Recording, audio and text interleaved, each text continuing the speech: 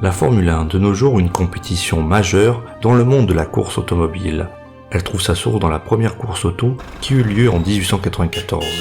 Cependant, l'homme n'a pas attendu l'époque contemporaine pour concourir dans ce genre d'épreuves sportives. Et pour cause, si l'on imagine un ancêtre à la Formule 1, on pense forcément d'emblée aux courses de chars. Les Grecs les mirent d'ailleurs au programme des Jeux Olympiques dès 620 avant notre ère. Puis ce fut au tour des Romains de reprendre le flambeau, cette fois-ci dans le but d'en faire un divertissement récurrent. Ainsi, à l'apogée de ce sport, il y eut plus d'un meeting par semaine, rien qu'à Rome. Allez, aujourd'hui dans Hérodoc, la chaîne Histoire, on s'attaque aux courses de chars dans la Rome antique. Attachez vos ceintures, c'est parti.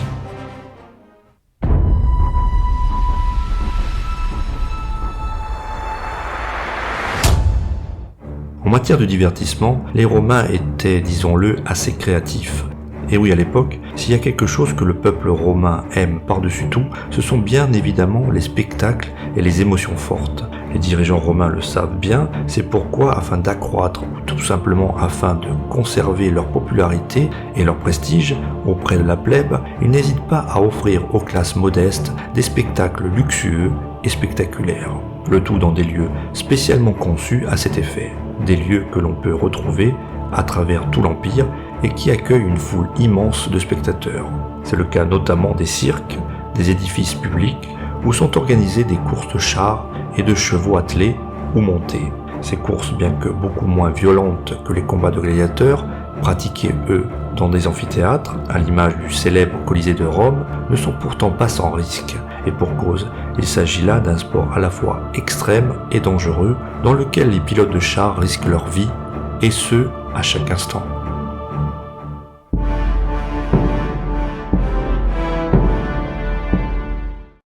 Ces courses trouvent leurs origines dans la Grèce antique, au sein des anciens Jeux olympiques, ainsi que dans d'autres jeux associés à des fêtes religieuses.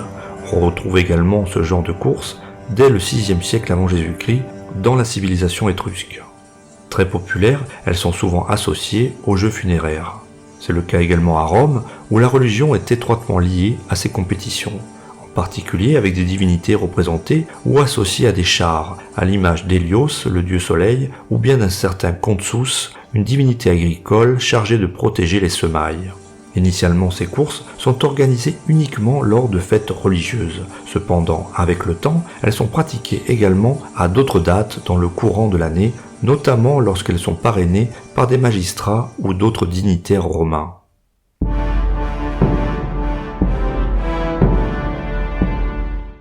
Les courses ont donc lieu dans des cirques, le plus ancien et le plus grand cirque romain étant le fameux Circus Maximus, construit dans la vallée de la Murcia, un espace existant entre le Palatin et l'Aventin. D'après l'historien romain Tite-Live, la première fondation avec des gradins en bois remonte probablement au VIe siècle avant Jésus-Christ, à l'époque du roi Tarquin l'Ancien. Les courses de chars y sont déjà très populaires et les Romains en raffolent. Cependant, à l'époque, la structure est très minimaliste, une simple piste de course et des gradins de bois autour pour les spectateurs. Au fur et à mesure du temps, et à cause de multiples incendies, les sièges en bois laissent la place à des sièges en pierre. De nombreux éléments sont également ajoutés à l'image des carceres, des sortes de stalles de départ pour les participants aux courses, mais aussi la spina, une structure centrale autour de laquelle les courses se déroulent. Enfin, les métas, des piliers de part et d'autre de la spina, font également leur apparition. À cela s'ajoutent de nombreux éléments décoratifs, notamment des statues, chargées d'embellir le cirque. Sous les règnes de César et d'Auguste, celui-ci est agrandi afin d'accueillir près de 250 000 spectateurs. L'empereur Auguste fait non seulement construire une loge impériale, mais fait également ériger un obélisque. Celui-ci est d'ailleurs spécialement rapporté d'Héliopolis en Égypte. Il s'agit tout simplement de l'obélisque qui se trouve de nos jours au centre de la Piazza del Popolo à Rome. Par la suite, sous le règne de l'empereur Trajan, le cirque atteint sa capacité maximale de 300 000 spectateurs, une capacité incroyable pour l'époque. Enfin, l'empereur Constantin, à son tour, apporte un deuxième obélisque au cirque, celui-ci se trouvant de nos jours sur la place Saint-Jean de Latran à Rome, devant la basilique.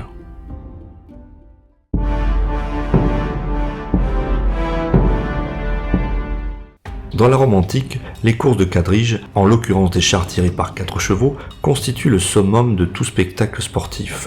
Et pour cause, lors des jeux du cirque, ce sont bel et bien ces courses qui attirent toute l'attention des spectateurs. Les conducteurs de ces chars, appelés auriges, ont parfois une réputation qui dépasse l'entendement, à tel point que, financièrement parlant, ils génèrent autant d'argent qu'une star de la F1 de nos jours. Pour se faire une idée de comparaison, il faut savoir qu'une victoire en course rapporte de 30 000 à 60 000 sesterces, alors que pour être considéré comme chevalier, un terme qui désigne la frange la plus riche de la population, il faut disposer de 400 000 sesterces. Cependant, il existe un revers à la médaille. En effet, à l'époque, l'espérance de vie en piste est des plus réduites, ce qui ne fait qu'accentuer l'aura dont bénéficient les auriges. Ainsi, l'agitator, en l'occurrence le titre porté par le cocher le plus expérimenté qui puisse conduire un quadrige, devient par conséquent la vedette sportive incontestée du monde romain, aussi bien adulée des foules masculines que féminines. Il a également droit à des statues à son effigie, en plus des millions de sesterces qu'il empoche au passage. Ce qui a pour conséquence de scandaliser certains, comme c'est le cas aujourd'hui avec le salaire de certains sportifs de haut niveau. C'est sans doute pour cette raison que le métier d'aurige fait tant rêver à l'époque, surtout parmi les esclaves. En effet, ce travail est bien moins éprouvant que d'autres et peut mener à la liberté.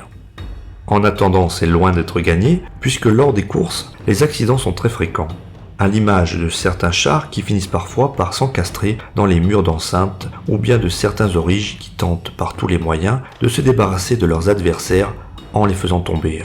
Et là, la sanction est terrible, et pour cause, si un compétiteur chute, il est quasiment certain de se faire piétiner par les chevaux derrière lui. Afin d'éviter cela, les pilotes ont l'habitude d'enrouler leurs rênes autour de la taille, au risque pourtant de se retrouver traînés par les équidés.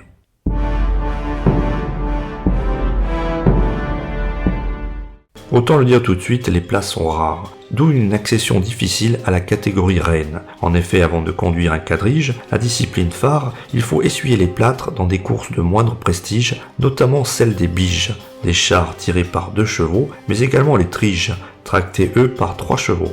À noter que les auriges viennent quasiment tous du bas peuple ou de rang d'esclaves. Ils commencent très jeunes leur formation, à tel point que certains ont à peine 10 ans à leur début. Finalement, une initiation pas si éloignée de celle des jeunes pilotes de monoplace du XXIe siècle qui débutent très tôt leur carrière, devant démontrer leur talent dans un premier temps en karting ou en F3, afin d'accéder un jour à la Formule 1, le saint graal de la compétition automobile. Eh bien c'est la même chose dans la Rome antique, puisque seuls les auriges qui font leurs preuves dans ces catégories inférieures parviennent à s'élever dans la hiérarchie de leur faction, avec l'espoir d'y devenir un jour primus agitator, c'est-à-dire pilote numéro 1. Des factions qui justement s'apparentent à de véritables écuries de course. On compte ainsi pas moins de 4 factions à Rome, chacune faisant courir plusieurs attelages. Ce sont ces dernières qui ont la charge d'acheter les chevaux, payer les chars et enfin de recruter et de former les pilotes. Ces 4 factions se différencient par les couleurs portées par les auriges et les supporters, bleu, vert, rouge et blanc. Ces couleurs incarnent les 4 saisons, chacune étant placée sous la protection d'une divinité différente. Ici, l'argent est roi, et ces factions ne font pas vraiment dans le bénévolat, brassant beaucoup d'argent et fonctionnant comme de véritables entreprises. Outre des entraîneurs, médecins et personnes chargées de soigner les équidés, elles emploient également des artisans chargés de l'entretien des locaux et du matériel, ainsi que des comptables ou bien des secrétaires. Tous sont placés sous l'autorité du dominus, que l'on pourrait rapprocher du patron d'écurie aujourd'hui. Chaque faction compte ses supporters ou fans qui l'encouragent lors des épreuves du cirque et suivent sa vie de près. Les chevaux comptent aussi de très nombreux aficionados qui connaissent leur nom ainsi que leurs origines complètes. De nos jours, on pourrait sans mal faire un rapprochement entre ces derniers et les tifosi de la Scuderia Ferrari par exemple. Cependant, il faut signaler qu'un pilote ne reste pas forcément attaché à une même faction tout au long de sa carrière. Comme en Formule 1, les transferts d'une faction à une autre sont courants, avec de fortes sommes d'argent à la clé. Des montants faramineux pour l'époque, puisque l'on parle de 400 000 sesterces, quand le salaire moyen quotidien s'établit à 5 sesterces par jour. On remarque déjà à l'époque que le marketing n'a pas attendu l'époque contemporaine pour battre son plein, raison pour laquelle, autour des pistes, les commerçants vendent des produits dérivés à l'effigie des pilotes ou de leurs chevaux, comme par exemple des lampes à huile. Et on n'hésite pas à vendre ou revendre des biens personnels ayant appartenu à des auriges célèbres, que ce soit des bagues ou bien des vêtements. Certains Romains vont même jusqu'à dessiner des gravures représentant leur orige préférée sur leur tombe. Ces icônes servent de talisman et sont censées porter chance aux défunts pendant que d'autres invoquent le nom des chevaux dans leurs prières. Parmi ces origes superstars, on compte un certain Flavius Corpus, vainqueur de 2048 courses en 10 ans, avant qu'il ne trouve la mort à 26 ans à bord de son bolide, devenant dès lors l'objet d'un authentique culte à Rome et dans tout l'Empire. Autre orige célèbre, un dénommé Gaius Apuleius Dioclès, ayant vécu au IIe siècle de notre ère. En 24 ans de carrière, ce cocher originaire de l'actuel Portugal a participé à pas moins de 4257 courses, récoltant au passage 1462 victoires.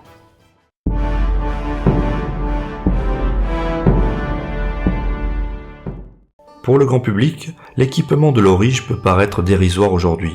Pourtant, il dispose d'un matériel qu'on pourrait qualifier de high-tech pour l'époque antique. Et pour cause, il est équipé d'un casque habituellement en cuir et même parfois métallique, présentant un bourrelet à l'avant et un couvre-nuque très développé et recourbé vers l'extérieur. Un équipement qui fait immanquablement penser au système HANS, désormais obligatoire en compétition automobile, un système chargé de protéger les cervicales lors des chocs violents. Mais ce n'est pas tout, sur le corps, les origes revêtent un maillot tunique plutôt moulant et rembourré par endroits avec des broderies en guise de décoration. Comme le casque, il est aux couleurs de l'écurie. Quant au char, il est, disons-le, ultra léger, car constitué de cuir et d'osier, cette légèreté lui permettant d'être très rapide. Les éléments composant les roues s'assemblent sans vis ni clous, mais s'emboîtent au maillet avant d'être cerclés par un morceau de fer. À noter que contrairement aux représentations modernes, les garde-corps des chars n'arrivent pas à la taille des cochers, mais bien plus bas, au niveau des genoux. Quant au char en lui-même, il est relié aux chevaux uniquement à leurs épaules. Les chevaux pourront donc totalement désaxer leur croupe. Les conducteurs effectuent ainsi tout au long de la course un véritable numéro d'équilibriste afin de garder le contrôle des équidés. C'est peu dire que conduire l'un de ces engins n'est pas à la portée du premier venu. Pour parvenir à diriger ses chevaux, mais aussi à garder l'équilibre, les origes enroulent les rênes autour de leur taille, ce qui permet au final la prise de virages serrés. Une manière de conduire exposant en contrepartie au danger d'être traîné par les rênes si le char venait à capoter.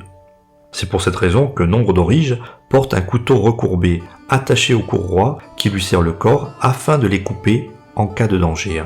Cependant, il s'agit d'une solution à ne pas prendre à la légère, car pour les propriétaires, la vie d'un conducteur reste négligeable, alors que l'engin, lui, est bien plus onéreux. Donc pas question de perdre de l'argent. Aussi, pour minimiser les risques, les origes suivent en ce sens une longue formation initiale, avant de monter sur un vrai char. Concernant les chevaux menant l'attelage, ils ne sont pas en reste, car ils sont également hors de prix. Provenant pour la plupart d'Afrique du Nord, un territoire réputé pour la qualité de ses élevages, ils sont quant à eux bichonnés, tels de véritables bolides.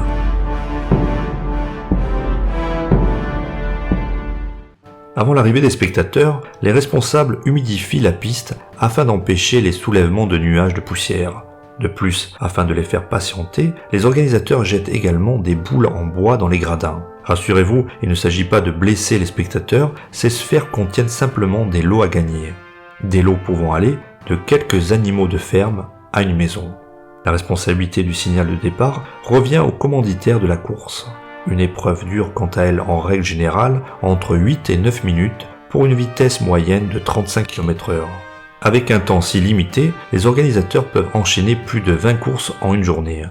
Les tours se comptent grâce à des statues de dauphins, symbole de Neptune, le dieu de la mer et des chevaux. À chaque passage, l'une des représentations du mammifère marin s'abaisse. Au total, les chars réalisent 7 tours de piste, ce qui représente une distance de 6 km. Comme dit précédemment, les cirques, et c'est notamment le cas du Circus Maximus, disposent de stalles appelées carceres, dont les portes s'ouvrent au même moment, permettant aux chars de s'élancer sur la piste.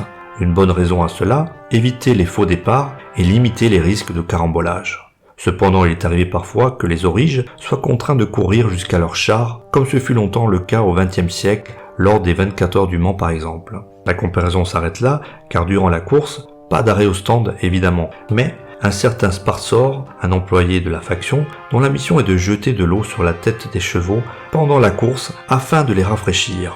Au péril de sa vie, car pour ce faire il doit se faufiler, amphore à la main, entre les chars lancés à toute vitesse au risque d'être piétiné, ce qui malheureusement arrive très souvent.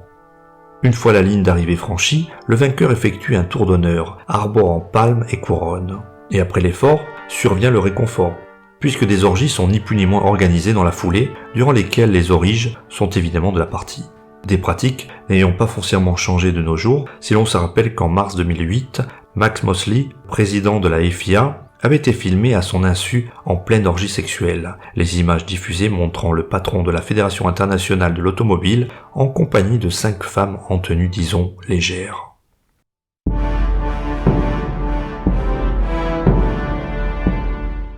Miser de l'argent sur un concurrent ou une équipe n'est pas une invention du sport moderne. En cela, les bookmakers anglais actuels n'ont rien inventé. En effet, les Romains sont connus pour être des joueurs compulsifs, à tel point que les paris sont officiellement condamnés par la loi. Mais face aux gains faciles et potentiellement colossaux, de nombreux citoyens s'y livrent plus ou moins discrètement. Et les Romains trouvent même le moyen de jouer en attendant les épreuves. En effet, les archéologues ont retrouvé dans les ruines de l'hippodrome de Carthage, dans l'actuelle Tunisie, de nombreux dés probablement utilisés par les spectateurs afin d'effectuer des mises. Autre pratique interdite, les malédictions qui sont pourtant courantes dans les quartiers pauvres. Des sorciers y maudissent les origes et les chevaux des écuries contre de l'argent. Les mots sont inscrits sur une feuille de plomb, nommée tablette d'exécration. Ces morceaux de métal sont ensuite enterrés dans le but de les rapprocher des forces souterraines. Parfois on les retrouve cachés carrément dans l'enceinte de la piste.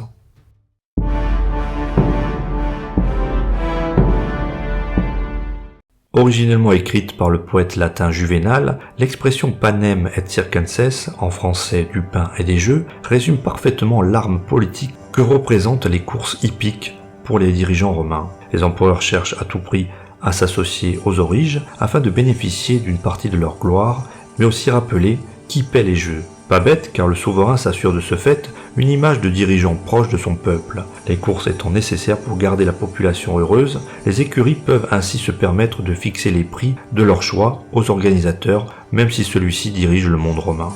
L'hippodrome est pour la majeure partie de la population le seul endroit où ils peuvent apercevoir l'empereur. Là encore, ce dernier doit donc s'y mettre en scène afin de rester populaire.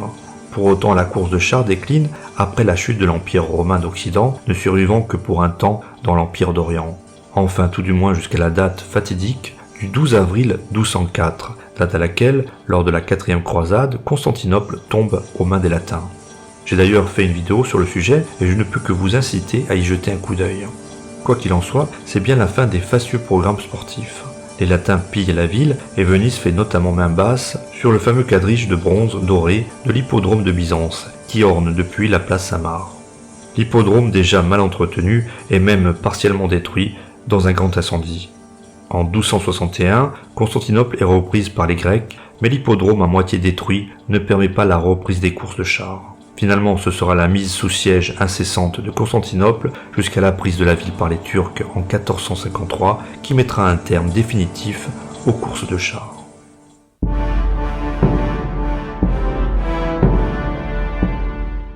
Il serait facile de dire que l'équivalent actuel de ces spectacles sont les courses motorisées comme la F1, mais cette affirmation est tout de même à nuancer. En effet, on n'y retrouve pas la philosophie des courses de chars de la Rome antique. Et pour cause, l'idée était que le danger faisait partie du show et que tous les coups étaient permis. Grâce à cette vision particulière, les origes connaissaient une renommée fulgurante et une richesse inespérée. Ces pilotes intrépides payaient malheureusement cette réussite de leur vie. De nos jours, l'activité représentant le plus l'esprit de la course de chars se rapprocherait davantage du palio. Ce type de course oppose des cavaliers divisés par quartier, chaque secteur de la ville disposant de sa propre couleur. La veille de l'épreuve, les supporters de chaque quartier prient pour leur équipe respective. Pour autant, le jour de la course, fini les prières, tous les coups étant permis, de même que les coups de cravache qui sont fréquents et même autorisés. Le plus connu étant probablement le palio de Sienne, dont les origines remonteraient au Moyen-Âge. Mais ceci est une autre histoire qui sera contée une autre fois. Voilà, cette vidéo est à présent terminée, j'espère que vous l'aurez appréciée.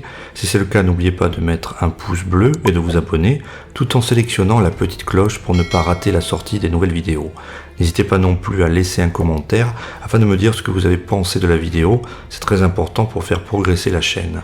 Enfin, je vous rappelle que la chaîne possède également un compte Tipeee et Utip afin de soutenir financièrement la chaîne. En attendant, je vous donne rendez-vous très prochainement pour une nouvelle vidéo sur Hérodoc, la chaîne Histoire. À bientôt.